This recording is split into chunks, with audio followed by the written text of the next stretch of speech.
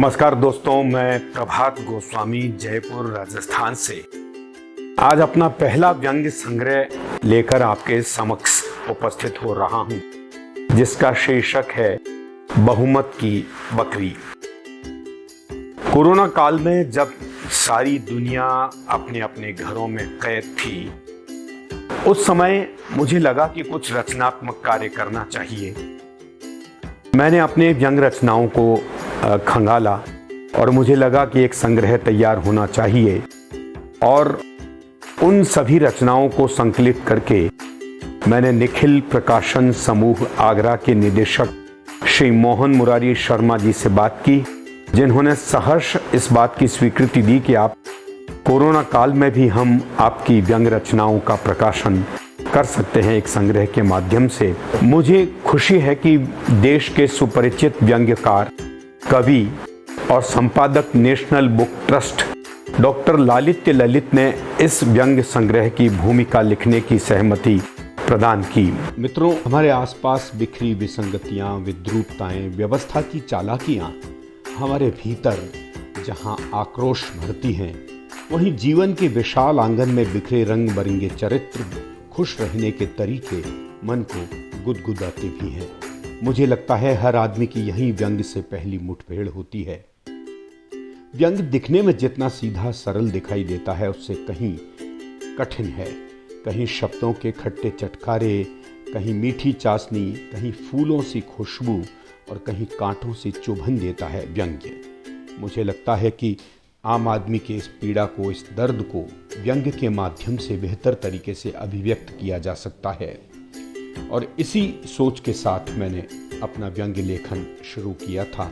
मुझे उम्मीद है बहुमत की बकरी में समाहित या संकलित मेरे 49 व्यंग्य पढ़कर आपको ऐसा ही कुछ महसूस होगा।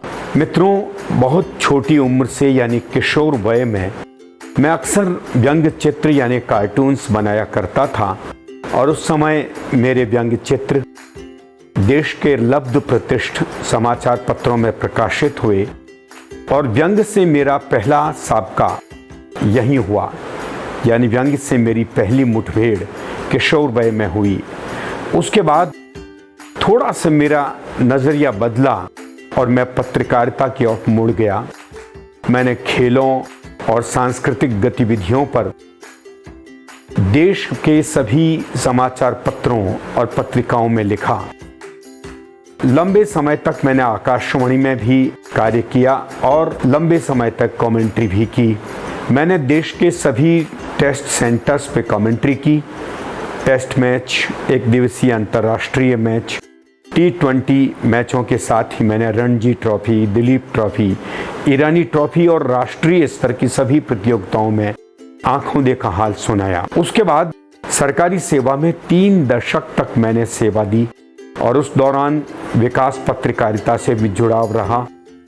सभी जगह मेरे आलेख, मेरे साक्षात्कार प्रकाशित हुए, प्रसारित हुए। दूरदर्शन, आकाशवाणी में भी मैंने काम किया, और अंततः फिर से मेरा झुकाव व्यंग्य रचना की तरफ हुआ।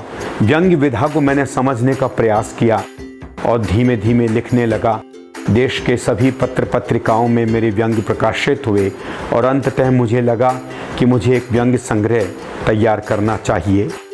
मुझे कई मित्रों ने प्रेरित किया कि आपके व्यंग्य रचनाओं का एक संकलन निकलना चाहिए, और उसी की परिणति के रूप में ये पहला व्यंग्य संग्रह बहुमत की बकरी आपके सामने लेकर आने का साहस जुटा पाया हूँ। मुझे उम्मीद है कि आप तक ये व्यंग्य संग्रह जब पहुँचेगा तो आप इसे पढ़ेंगे, मनोयोग से पढ़ेंगे और अपनी महत्वपूर्ण टिप्पणियाँ भी देंगे। आप यह व्यंग्य संग्रह निखिल प्रकाशन समूह से भी मंगवा सकते हैं, और अमेज़ॉन पर भी यह व्यंग्य संग्रह उपलब्ध है। मुझे उम्मीद है कि आप इस व्यंग्य संग्रह को अवश्य पढ़ेंगे और अपनी महत्वपूर्ण टिप्पणी देंगे। आप समालोचना की दृष्टि से भी इसे पढ़ें। आप चाहें तो इसकी आलोचना भी करें, ताकि मुझे आगे की ओर बढ़ने के लिए आपका संबल मिलता रहे।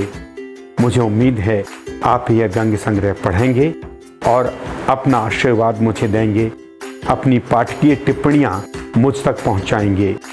इसी उम्मीद के साथ एक बार पुनः मैं आपसे आग्रह कर रहा हूँ कि निखिल प्रकाशन समूह से प्रकाशित मेरा पहला व्यंग्य संग्रह बहुमत की बकरी पढ़ें और अपनी महत्वपूर्ण टिप्पणियाँ दें। नमस्कार, जय हिंद।